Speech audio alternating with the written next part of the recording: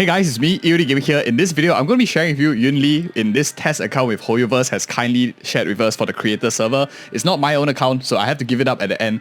But this video is just to give you a first impressions of her kit, what she does, how much damage she does, so you know whether you want to pull her.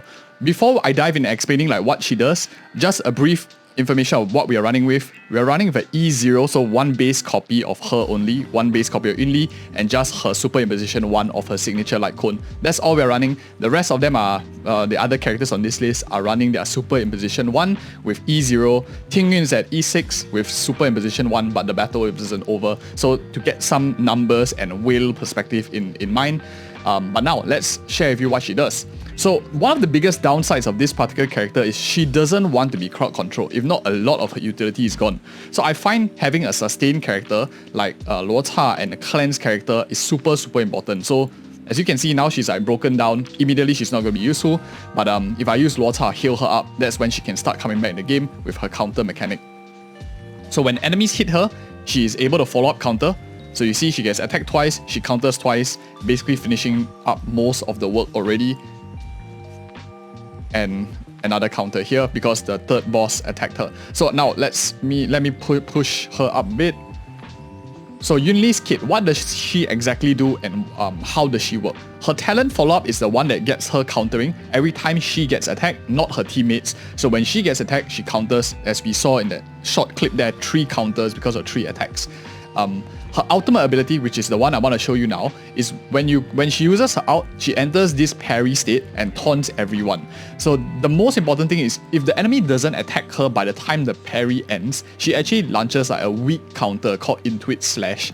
If she's lucky enough, or one of her tracers, after you have a weak slash, the next one, or if she gets attacked in her parry state, she has this like Intuit Cowl, which allows you to do a lot more like a powerful counter kind of combat, which deals a lot more damage towards the enemy. So the Fiery Wheel, one of her traces, is the one that every time you do one weak slash, weak counter, you will do a powerful counter regardless of whether the enemy hits you the next time. So quite interesting.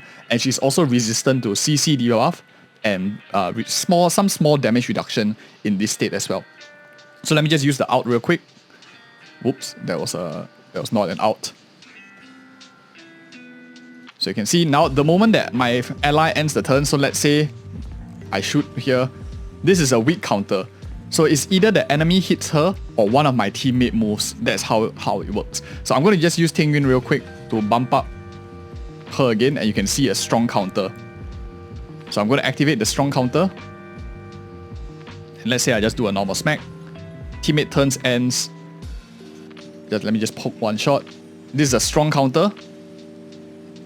And immediately she follows up and kills the target. The one that we haven't shown you yet is just the skill. The skill is very simple to understand, nothing too much. All it does is it heals 30% of the HP, which is very nice for additional sustain, deals heal a certain amount, and then you deal a bit of splash damage. So one target and a bit of splashing, mainly useful because of the heal. Now that is pretty much all you need to know about this character in terms of complexity.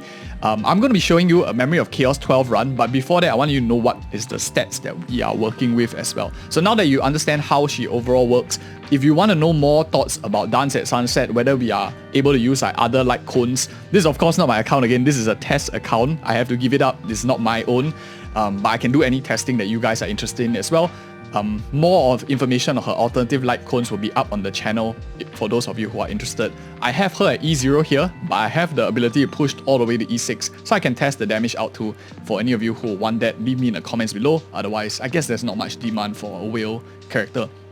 So that aside, let me go ahead and actually show you the gear that I'm using.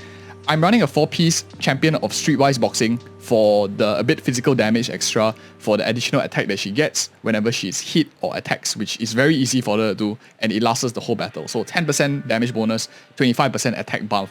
I will compare the different gear as we go along. This is just like a first impressions. Don't use this as a hard and fast rule of how to build her. This is not a build guide. It's just showing you some initial damage references. Inert Salsoto, 2-piece for the crit rate, just to increase the ult damage, which most of it comes from the ultimate. Her ultimate damage is the Intuit Cowl, Intuit Slash are considered ultimate damage, so that's why I use Inert Salsoto. Her follow-up counters in her talent is considered as a follow attack, so this one buffs both of them quite nicely too. And what is the main stats I'm running? I'm going with a crit rate, I'm going with attack here, some of these gear that I randomly rolled. I'm going with speed here because I like her to move as fast as she can. Unlike Clara, she doesn't mind a little bit of speed because she has a trace that converts every weak counter into a powerful counter. So the more she acts, the better, the more powerful counter she gets anyway. So I find that as a small plus. Other than that, what am I stopping with? I'm running physical damage bonus and attack percentage using some of the free gear that I get. Of course, it's not super, like look at this, it's like all flat attack, right? But it's what I have on this account.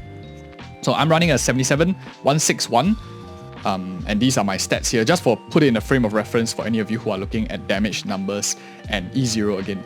The other units that I'm having, why am I playing these units is I actually tried a few healers. So on this account, there's everyone. I tried Ho, I tried Lynx. I think out of all of them, I do like Luota the best out of most of the sustains. And my thought process is I think Fucc will also be really good. One of the issues in Memory of Chaos 12 I find is Lynx wasn't enough to support or sustain Yunli, especially if the enemies hit very hard and she's taunting all the time. She gets a lot of damage, she gets a lot of CC. If you are running with like a double harmony here, very often she faints too early. Luota is the excellent response to that because he doesn't take up too much skill points.